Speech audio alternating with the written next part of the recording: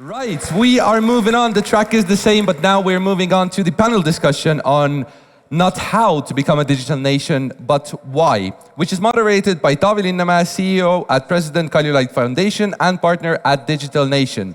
Please welcome to the stage Taavi, Linnamäe, Mstyslav Banik, Liina Vahtras and Sandra Särav.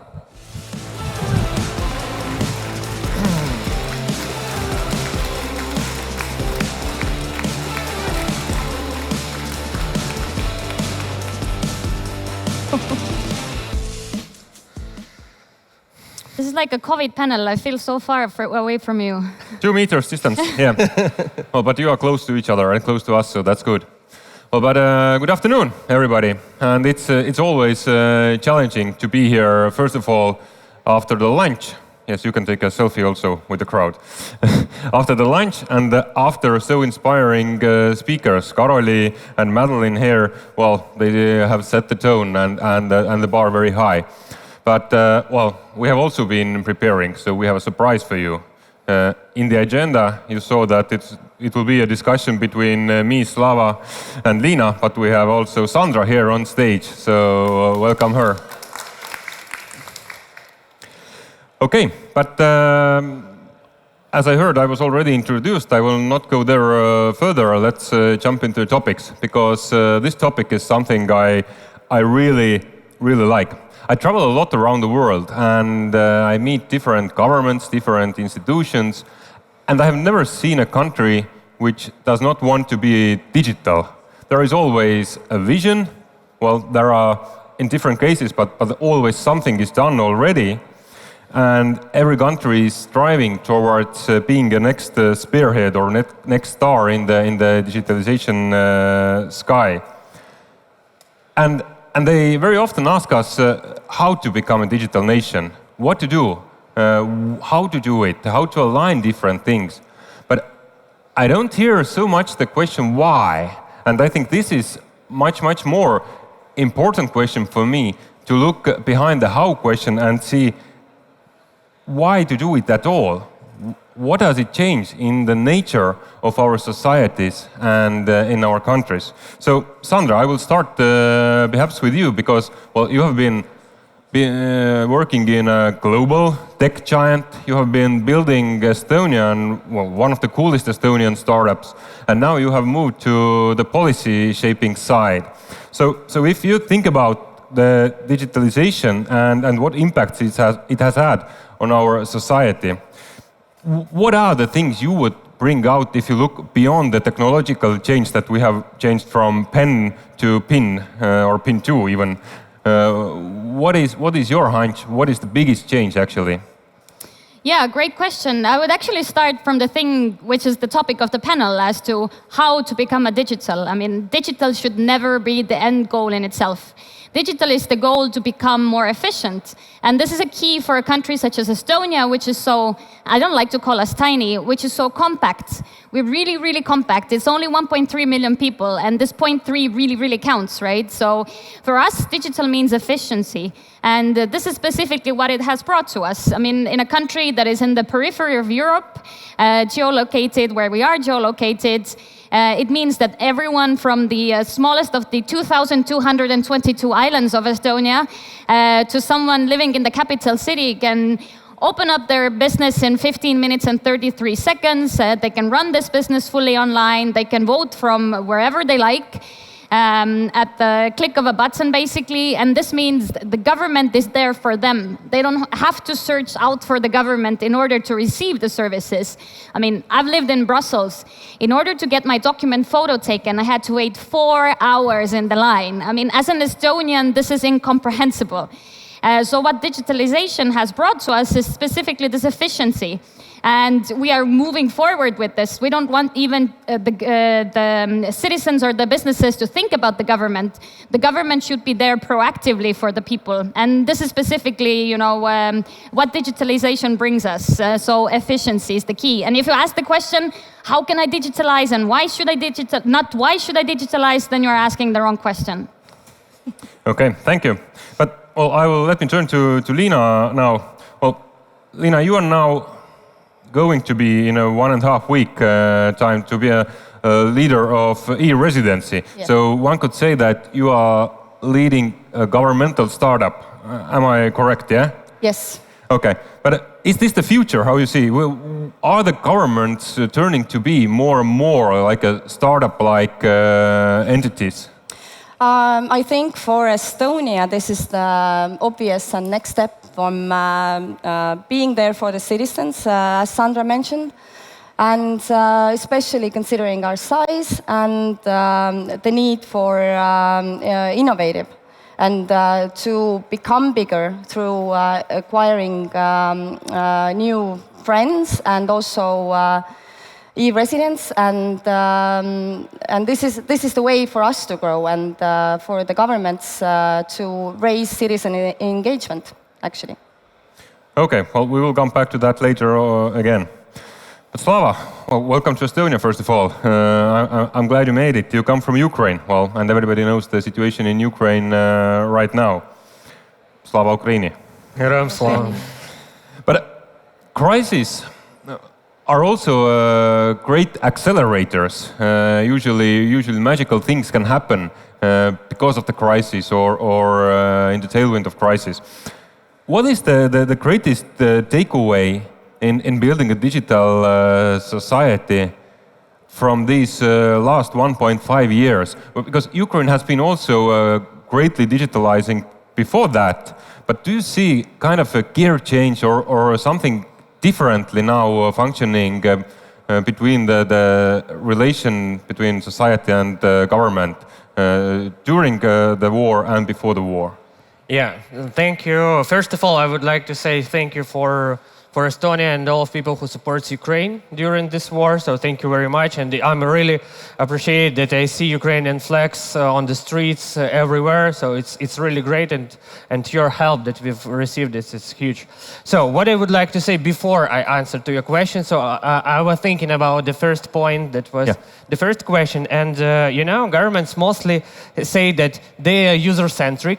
They mostly say this. But honestly, government is state-centric. It's they are not make really convenient services. And Ukrainian and Estonian examples, this is their outstanding examples. This is not regular thing in Europe, and this is the first point that should be changed, because in on different levels in different countries and European member states, I heard like position. Our people are not asking us to develop any digital services, or our people not ask us for development of the mobile application for state services. And this is the biggest mistake that they do, because as these people have no experience of using, for example, Ukrainian mobile application or later Estonian Emric mobile application, they will never ask. So really, the state, the governments should be proactive in sharing such an experience. And and from this, I'm coming to your question about Ukrainian experience. The war showed to us one of the biggest insights. During the war, during such a situation, digital services became the main feature to deliver services and documents to the people. Because during the civil time, it's easier to say that we have different kind of option, offline services, we have web portals, etc. And some could like have a discussions and debates what should be more developed and more accessible. But when the war starts, you have the occupied territories, you have the territories with war actions, and there is no opportunity to open the offline offices, or offline offices are not exist anymore physically. The second point, when few like 5 or 7 millions of people, Ukraine is bigger than Estonia, when such a number of people moves to another part of your country, it's impossible to give them the services offline because of the scale and the capacity of offline offices of any institution. And on that territories again, the digital services became the only one way to give them these services. And thanks God and the vision of the President Zelensky and our Vice Prime Minister Fedorov that we launched our mobile application in 2019. And before Russian invasion, we already had like 14.5 millions of unique users. For now, have like 19 millions of unique users. So this is like 70 or 80% of the adult population of Ukraine. So people during the war started using the documents from a smartphone, using the services from the smartphone, even not from the web portal. People started applying for social assistance through the smartphone for the state services. And even during the war, the state services are more than just public services that we used to live in. Because, for example, when Russians tried to destroy our TV bridges, occupied TV channels, news became the state service. And we added news, we added TV and radio there, and we added some external features, donations to Ukrainian budgets, for example, and for army. So we scaled this, and this became the only one point to interact with users. And people in Ukraine, they start asking us, like, after the victory, will Ukraine still have offline services or not? Yeah. Well, Can I follow up on that, please? Yeah, I wanted to do that, please. No, it's just I completely agree with what you're saying, and I think the problem is, and I can say it because I work in the government, governments are lazy. Yes. I mean, this is completely the truth. Because they have no competitor. Exactly. So you can be super lazy service provider because unless your people move away to another country, you will remain their only service provider throughout the people's lifetime. And this is the problem. And the second problem is we assume too much. And this was the biggest shock to me when I left from public sector to private sector first. That us in the public sector, we said, oh, let's be technology neutral. Let's do this. Let's do that. Companies don't want overregulation. And at the same time, at Bolt, we said, come on, we need to be regulated. Otherwise, we cannot offer services. So governments are lazy and we assume too much. And these are the root problems of all of the issues. Well, I think it's in your hands not to let the government be lazy. But I would bounce this ball to Liina, perhaps even what Slava has mentioned. And this brings me to a very kind of a philosophical question. And this correlates with the e-residency program very well. Because when you think, for example, back in the history after the Second World War, Estonia was occupied and we had a government in exile acting. Nowadays, can there be also a government or state without the actual territory? Because, well, you have lost one part of the territory, but still the other part is functioning. But is it possible that the nature of state has changed so much that we can even imagine a state without, I don't know, be it for a short or longer period, without the physical boundaries? Yeah, it seems to me, probably Sandra can speak more to that. That concept of data embassies, it's been going on for 10 years probably, around this. So that would guarantee that we have what's needed for digital governments, should there be a need, and God forbid, right? And I think Ukraine has proven that it's doable, that you probably don't have the data there in your... Yes, we so have assuming, the backups just assuming abroad, this. Yes. So I would say yes, and I'm just hoping that there won't be a need ever. Okay, but Slava, how do you see how the digital transformation in Ukraine also for like 15, 20 years already has been going on? How it has changed the core nature of the relation between the citizens and the government. So you a little bit touched upon it, but I would like to go even further beyond it to understand why to go there. Because in the crisis time we can understand, but is the nature of a state shifting somewhere? You don't have to go; it's around you. What Sandra meant, or any other direction? You know, generally, we already had the most number of answers to this question because really people already digitalized in all the countries. It's just not related to state services mostly. So proactive governance makes people open for digital services from the state. And the first question is to to believe you, to rely on your services, on your security, data protection, resilience, etc. And after that, when you give them just convenient services, they do not want to have another experience anymore. And that was a great push to all institutions in Ukraine to change it, because in the very beginning, no one believed that mobile application would be a good solution for the state level. But after we launched it and got first million of users in a couple of days, and other state institutions said, we want to launch such services with you. And this helped us to change the mindsets of our people.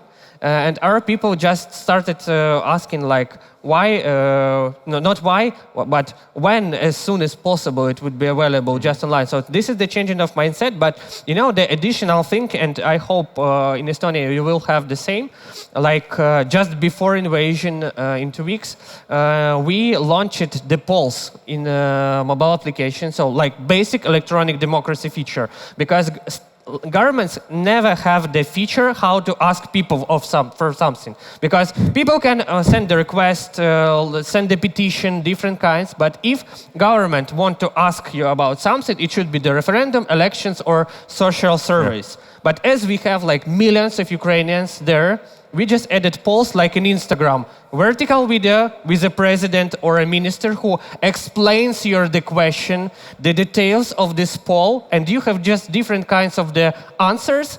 And this helped us, people, to interact with this because it's simple, and people started feeling the impact of their votes on different solutions. So, for example, just for now, we had already 2 polls that had the impact on laws changing.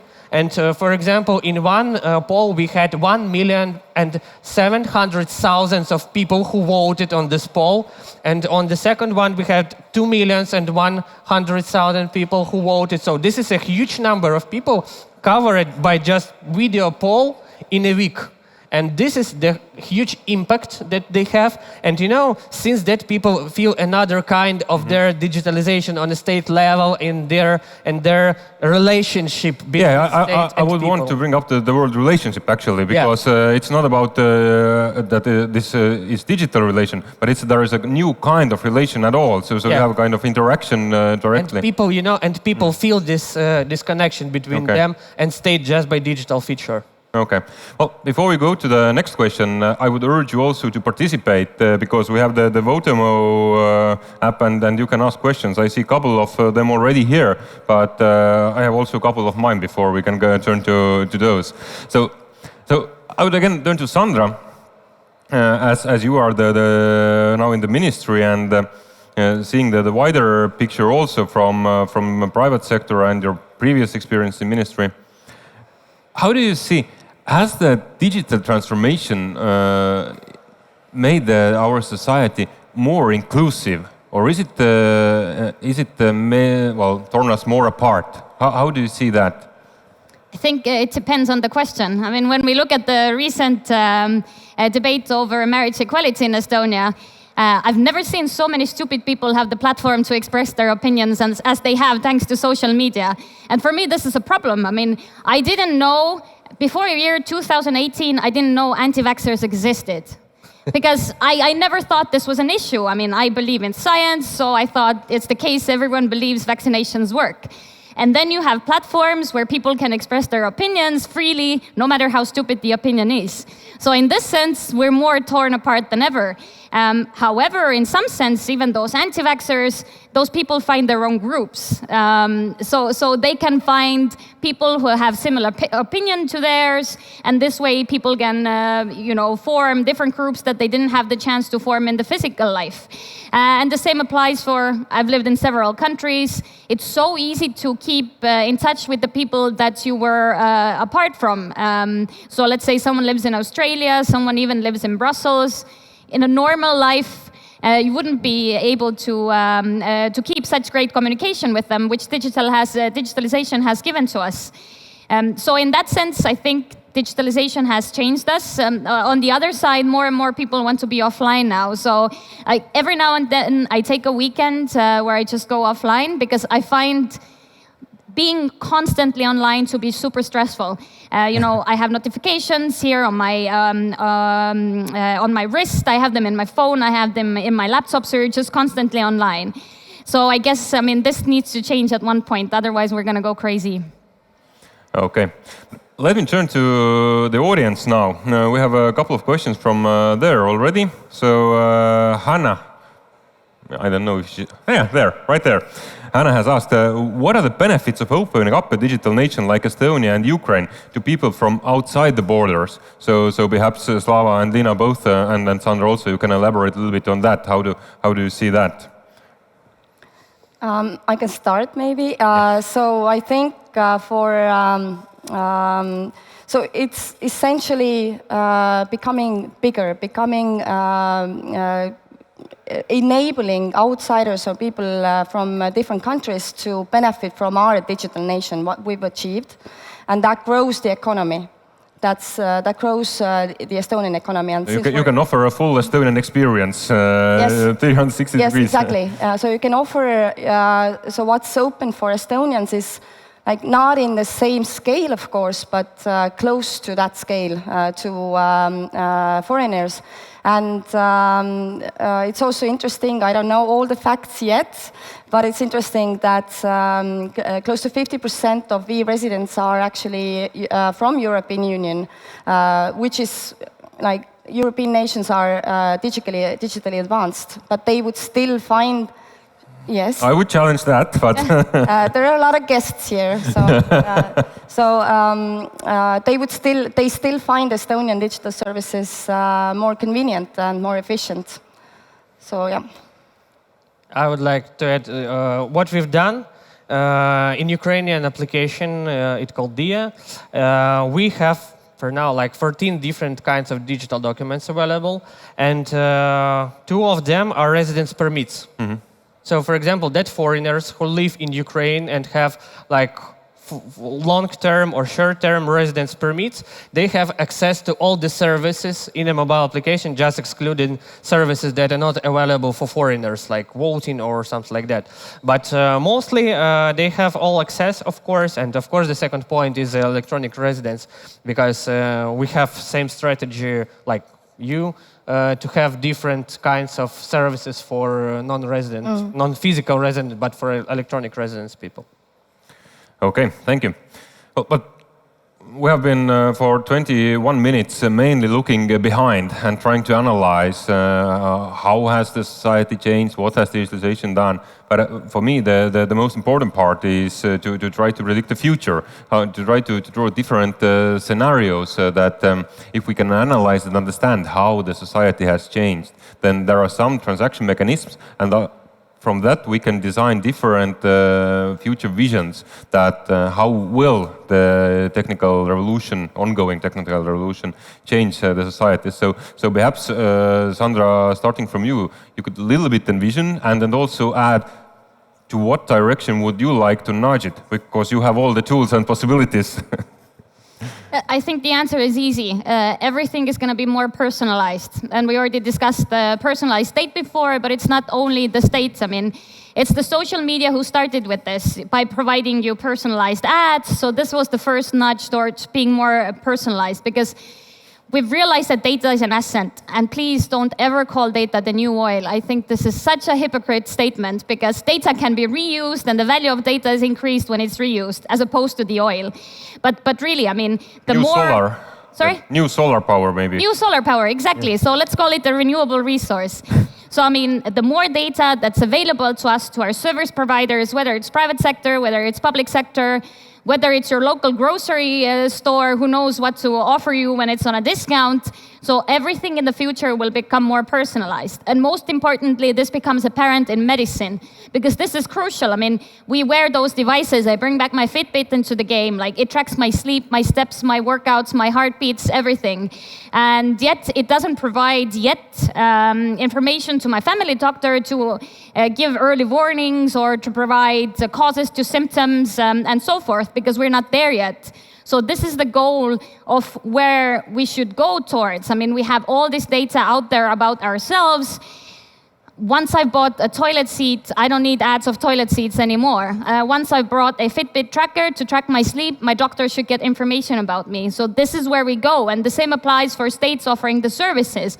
So what my team is building, we're building a single point of contact for all companies. So no matter whether from Estonia or not, to do everything that they need to do in interaction with the state from one point, from opening up the company to applying for different economic licenses, to getting financial aid from the government to shutting down your company.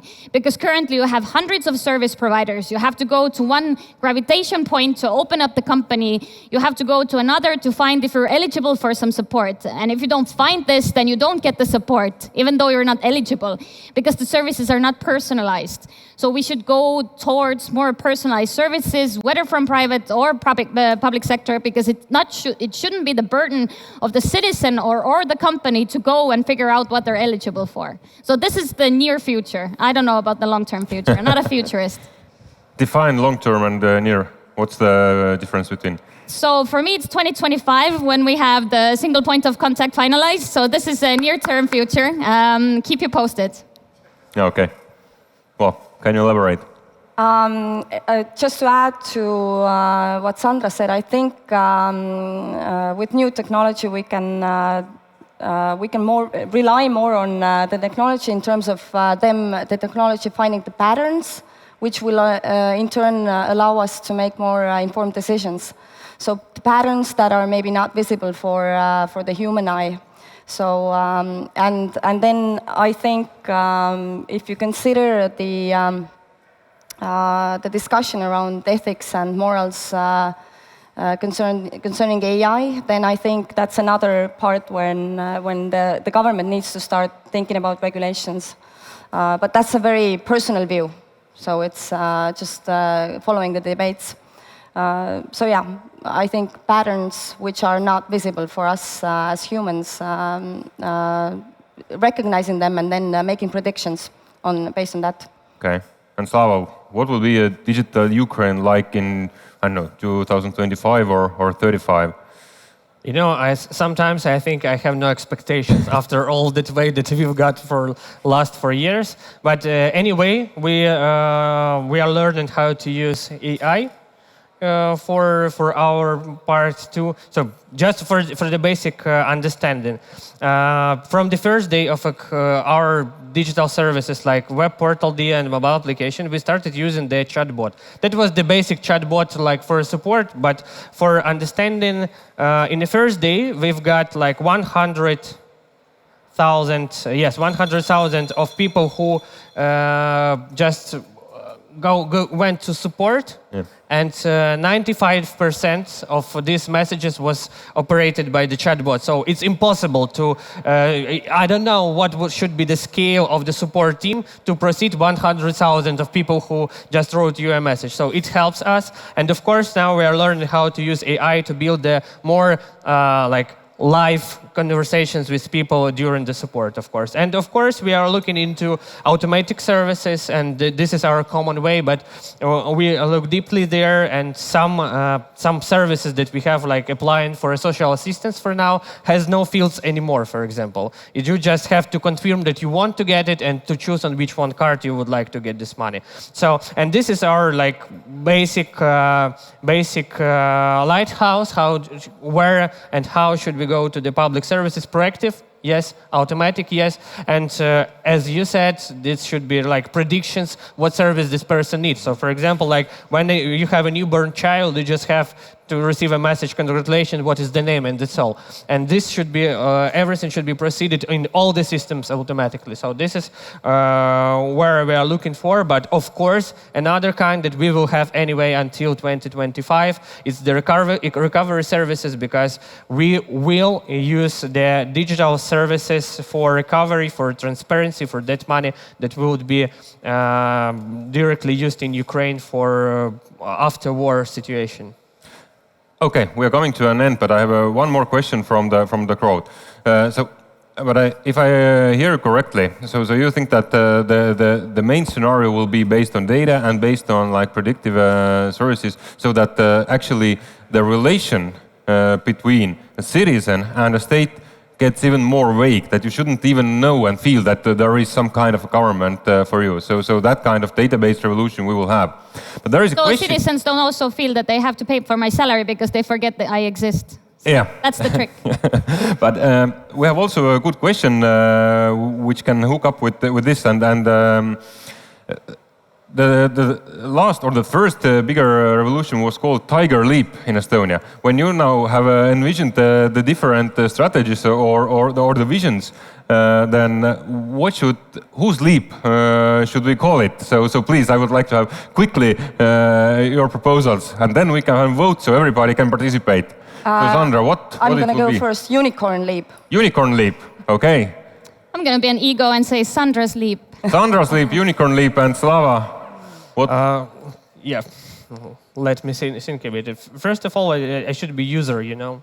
User leap. Yeah. Okay, and now everybody has a chance to vote. Who thinks it would be called Sandra's leap?